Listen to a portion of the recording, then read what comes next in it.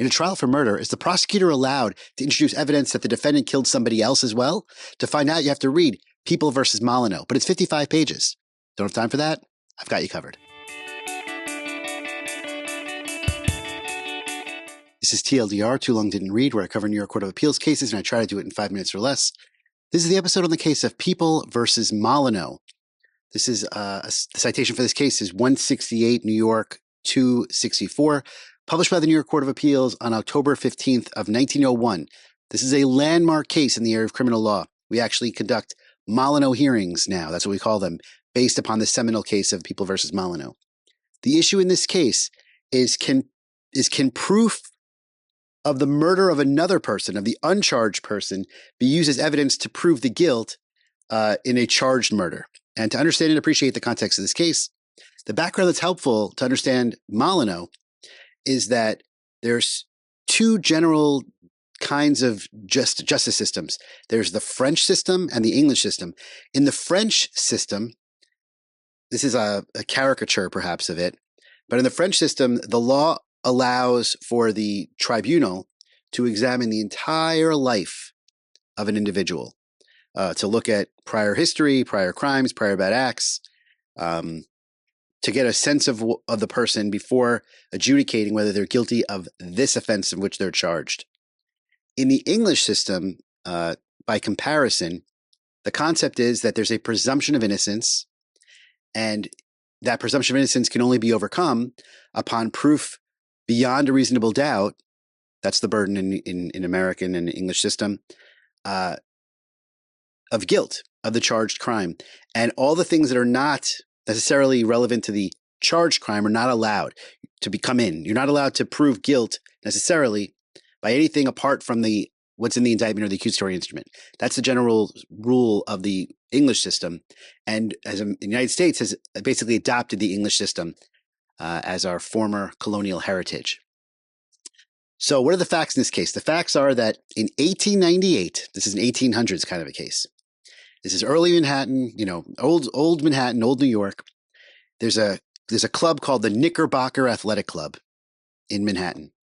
And Molineux, Mr. Molineux, is a part of that club, and I guess it's an important part of his life. And in 1898, in November of 1898, Mr. Molineux had a dispute with someone named Barnet over a girl.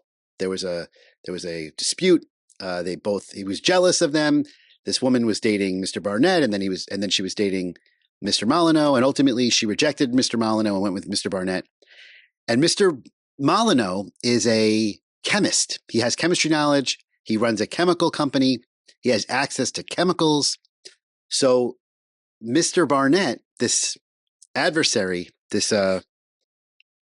foil to Mr. Molineux, receives in the mail a card with some writing on it and a bottle that ultimately contains cyanide of mercury. Ultimately, Mr. Barnet consumes this cyanide of mercury because it's not marked cyanide of mercury. It's marked something else like, Alka-Seltzer. He consumes it and dies.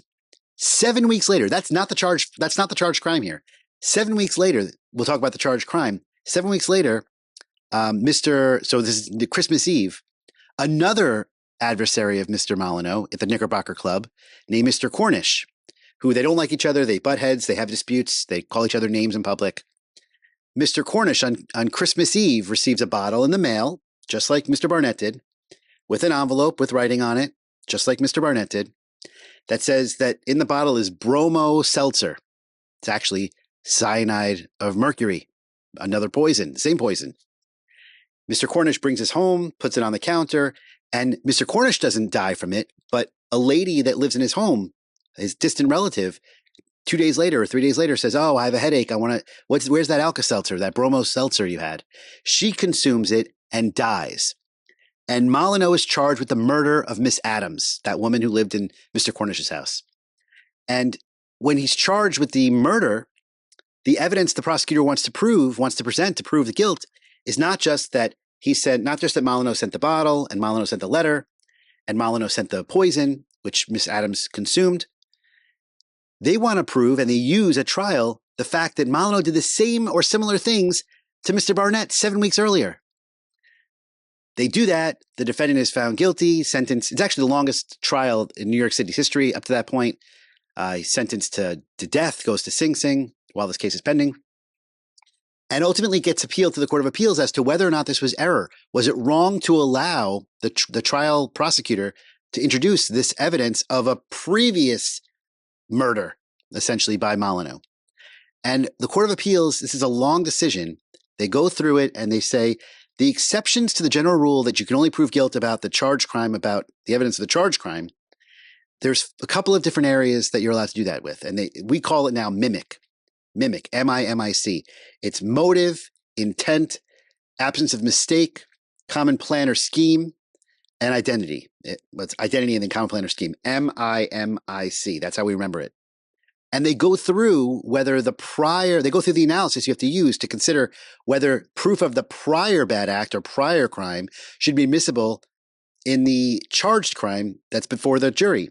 And they go through and explain how it has to be admissible, how it has to be related, if at all, to be admissible. With respect to motive, they say, the prior bad act must relate to the motive for the charged crime.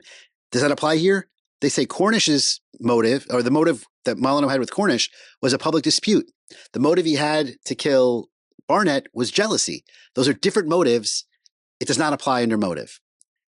Under intent, does it apply under intent? Molineux's intent was to kill Cornish, and Molineux's intent was to kill Barnet. Different intent. Does not apply. With respect to mistake or absence of mistake, does it apply? They say to apply here, there must be a possible claim of mistake in the charged offense for it to be relevant to whether the previous one was an absence of mistake. And here, they said there's nothing that's more intentional than sending a bottle of poison and marking it as Alka-Seltzer or Bromo-Seltzer. So it does not apply here. Under the possibility of common plan or scheme, they say, to be admissible under common plan or scheme, you have to show that there's some plan that they had, it's part of the same plan, or so inextricably interlinked that proof of the one is proof of the other. And here, the Molineux's attempt, if at all, to murder Cornish for personal dispute is not the same common plan or scheme as a plan to murder Barnet. So it's not admissible under that.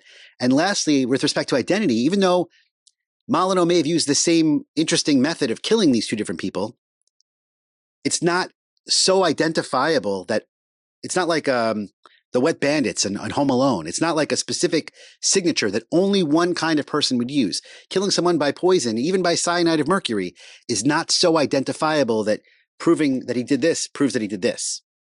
And because none of these categories apply, the general rule persists that you can only prove guilt with respect to the charged crime. You can't use an uncharged bad act. And therefore, the Court of Appeals reverses the conviction, saying the prosecutor was wrong and the judge was wrong to allow this prior bad act testimony to prove the charged murder of Miss Adams. And that's the case of People versus Molineux. Have a good day. If you like what you just saw and want to see more just like it, please hit like or subscribe to let me know.